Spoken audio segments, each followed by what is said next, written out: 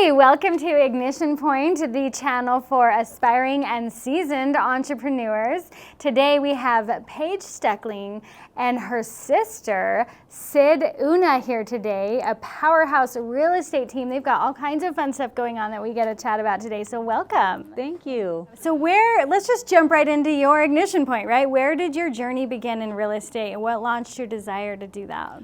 I've been doing real estate for about 10 years. I felt like for a while I was a struggling real estate agent, like begging. I was like getting scrappy for any deal I could find. Like anytime somebody would give me a deal, I was like so grateful, felt like they were doing me this huge favor.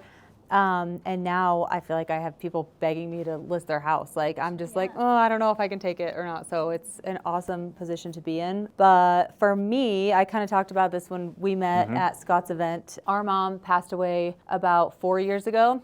And I just went through kind of this rough patch where I'm just like, gosh, this sucks. Like I had just had my second baby. I was overweight. My mom had passed away, and my mom had this quote always on our fridge growing up, and it said, no matter how you feel, get up, dress up, show up, and never give up. I love that. Yes, That's I really love good. that too. And she totally lived by that quote. And so I was just like, hey, I have got to get it together. I want more for my life. Our mom died when she was 50. Jeez, really young. 52. Oh, that's very young. Wow. And so I'm like, I could die tomorrow or like when I'm 52. Realize how fragile everything is. Exactly. So I just decided to kind of go all out on my business and try and grow it. What was the one thing you'd say, like just staying in that moment?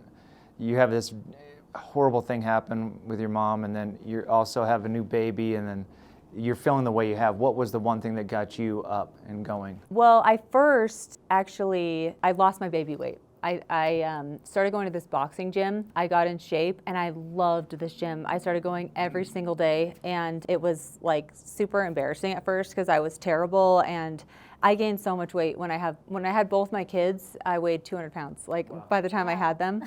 And so I had all this weight to lose, and I started doing that, and then I gained a lot of confidence. I'm like, okay, I'm feeling like I've got my body back. I'm looking better. Deion Sanders, I love Deion Sanders right now, just like everybody else in the country, but he has above his office at any team he's coaching, it says, look good, play good, they pay good. And I feel like that applies to business as well. Like, yeah, for not sure. to be, how you look doesn't affect everything, but like getting up, getting dressed, keeping your body in shape just helps you stay mentally optimized, and I feel like it helps you perform better at anything you do. So you really got into real estate because of your mom and some other personal challenges. You felt like that was going to help you just be more successful, make more money? Well, what was the why? I had been in real estate because I've been doing it for 10 years, but once my mom passed, it just really put me in a mindset where I was able to go more all out and not really care what anyone thought. Like I went all out on social media. I went all out on these listing videos. And you have a huge following on social media, right? Yes. So after my mom passed is when I really started building that and not caring, if I looked like an idiot or, not caring about all the criticisms or like things that don't really matter as much. So Isn't that amazing when you get rid of that worry about what people think? Your numbers grow and you get more people that want to do business with you. Exactly. And you never fully get rid of it, but it's more, I'd say, being confident in like your authentic self and what you really think. People are always going to criticize you. And I think it's good to be open to criticism. Like sometimes people leave a comment, usually it just like rolls off my back if it's just a mean comment, because I'll have almost empathy for them, because I'm like, they're not in a good place if they're saying something mean. But sometimes someone will say something where I'm like, oh, that stings a little bit, because I actually think that. Like I could truthful. see that from that. I can see that perspective or point of view, but I think that's okay. Then you just kind of shift. Maybe it will make you shift how you're doing things or how you're thinking about things, or maybe you just take that and consider it and you're like, no, I still feel that way, and you're just still authentic to yourself or what you originally said or whatever.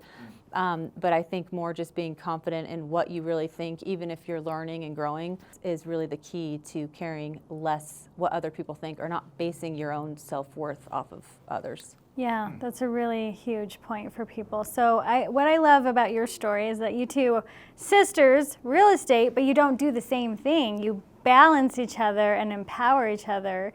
So let's hear, Sid, what you do that's different than traditional real estate and how that supports each other. So my journey in real estate really started from me being in the film industry. I was traveling around shooting big commercials for large brands, making really good money. but was starting to be gone like all the time. And then like Paige said, our mom passed away 4 years ago. The same week our mom passed away, I actually found out that I was pregnant with my first daughter, which was like a surprise. Like we weren't trying. I was planning on the next couple of years while my husband was in PA school, really trying to like just build our income, pay for his school, and also, you know, build our wealth. It shifts your perspective. Totally shifted in my perspective. Yeah. So I went from like, okay, I'm gonna take all the jobs, I'm gonna make all the money, to like, shoot, like I don't wanna be gone as much as this. Like I wanna be here with my baby. So that kind of shifted my mindset, and I'm like, okay, what can I do? What can I put my money into? Like I'm making good money. What can I put it into so that I have some passive income coming in?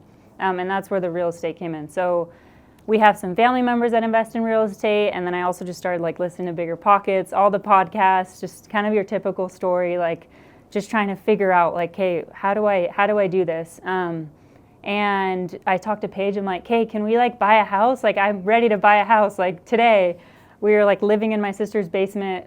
I thought it was the greatest thing. Like we were paying $700 a month. I'm like, this is great. We can save all our money, but we had no assets. So as soon as I learned it, I'm like, Paige, like, we want to buy a house. It was the worst thing ever for Paige. Like, She's like, didn't realize what you're signed up for. I was like sending her listings, like, can you get me into this one? Can I use your highest maintenance client. She's like, can I just come get your phone so I can like get in and like show myself? I'm like, no, I'm gonna lose my license. And then this was like right in the middle of the craziness of like 2021, basically. Like we put in so many offers, and we were getting like things were going $100,000 over asking price. I'm like, this is crazy. We can't. I want to get something. I have the cash, and I can't even get something. I started even just writing up contracts. So she's like, oh my gosh, another one. Anyways, so I just like took matters into my own hands. I was getting so frustrated. I just started putting my daughter in her stroller, going for walks, and just door knocking. Wow, it's awesome. Pretty systemized about it. Like I would go on her MLS account, pinpoint areas with high equity, and just like hit that street and just door knock. And it's like the least threatening approach, right? I'm like with my daughter, just walking on the street. I'm like, hey, do you want to sell your house? Long story short, there was a few deals in there, but I found this woman who had been looking to sell, but just didn't want to go through the hassle of people in and out of her house. She had kids, ended up buying it, like instantly had probably $150,000 of equity from the beginning. Then we renovated it, added a basement apartment, lived upstairs for free. And that was like, that just lit a fire within me. I'm like, this is amazing. Like, I don't know if everyone's, you know, sometimes your first deal is maybe just a learning experience, and it was like a total learning experience, but it was also like one of our best deals to date, because I was willing to go hit the pavement and like do something that no one else was doing at the time. Such a great takeaway for people who are watching this. It really is. You know, I talk to entrepreneurs a lot. There's like, one day I'm going to do this, or when things are right, I'm going to start a YouTube channel, or I'm going to, it's like always waiting for something perfectly to align before they do it, and then start is what stops people. It would have been easy to just give up and be like, I'm going to wait till the market cools off. Like, you know, this is too hard, but You would have missed out on so much. For sure. Again, like I said, that's been our best deal, and yeah, we've just tried to repeat it. So that's one of the ways you guys work together. So you do investing, you do the deals for her as well. You're doing. Honestly, I try not to do deals with her. It's like, I don't blame you. It's like my phone's blowing up. Yeah, she's intense, and I'm like, yeah, go knock doors and help me. Call me if you need anything. But now she's like in the Pace Morby group, and she's doing a bunch of like seller finance, sub-2 deals. So anyways, okay. So you guys have a new project you're working on together. So one of the things I started doing as I started getting bigger and bigger listings is I wanted to make amazing listing videos that could go viral, because everyone's finding houses online these days, and especially right now, like you need good marketing to sell your house if you're gonna get a good amount for it. And Sydney like was killing it in the film industry, and so I'm like, can you help me make these like amazing videos that they're doing in like LA and Orange County and New York here? Because it really locally in Utah it didn't really exist. There wasn't any high-end, really high production kind of content. Nobody was doing it, and at the time I'm like, am I gonna spend all this money for what? Like just to post it on my Instagram? Like, is this stupid? But I was like, whatever. I had seen this guy in Orange County do this listing video that was amazing, and I'm like, somebody should be doing that here, and I'm sure it's going to lead to something. And now everybody does listing videos here for their houses. So, So you're kind of the trailblazer of that, though, huh? I mean, in Utah, but she really helped me because she knew the film industry, she knew how to make things look awesome, and then more and more people were like, well, I need to do this, and we're reaching out, you know, trying to make videos for their listings, and so now she's realized that there's definitely a need for it. Between agents and businesses, like everything, video is just so powerful in selling anything. So she started this production company that I'm involved in also, but just to help people make like really high quality content that's going to catch people's eye. And it's not just filming it, it's like coming up with the ideas, getting creative, like what's going to get the most eyeballs on the video. What are the keys to really launching a successful, you know, piece of content for people who are considering, hey, I need to get my stuff out there? Where would you say they should start? I think story. Like that's what Paige is great at, and what's always been her approach is like there's always a script, there's always a story.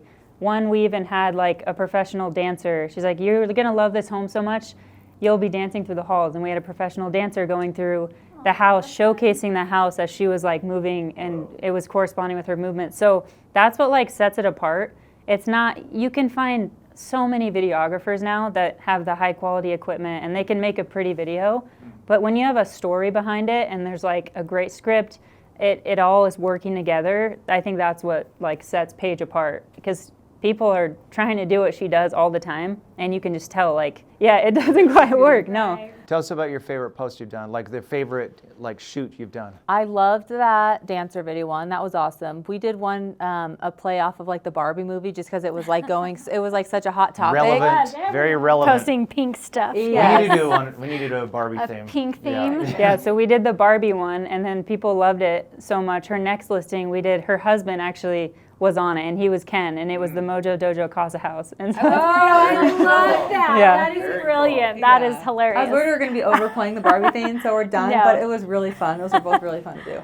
What is the hardest challenge that you guys have overcome along the way? I think we're the same, because we talk about this every day. We're like, I'm going crazy. Like, it's not easy. Like, it's just not, constantly figuring stuff out. Like, there's no plan that's laid out for you. And so it's just kind of, half the time I feel like I'm keeping my head above water, like keeping everything in order between my house, my kids, my business, the marketing, the team, keeping all the sellers happy, all the buyers happy, everybody taken care of. And so there's just so many things that you're juggling that it's like finding your peace to just like chill. And like sometimes you have those days where you're like, I am freaking bulletproof, like I can do anything. Yes. But most of the time I just feel like I'm in chaos, unfortunately, and it's just like figuring stuff out, trying to grow.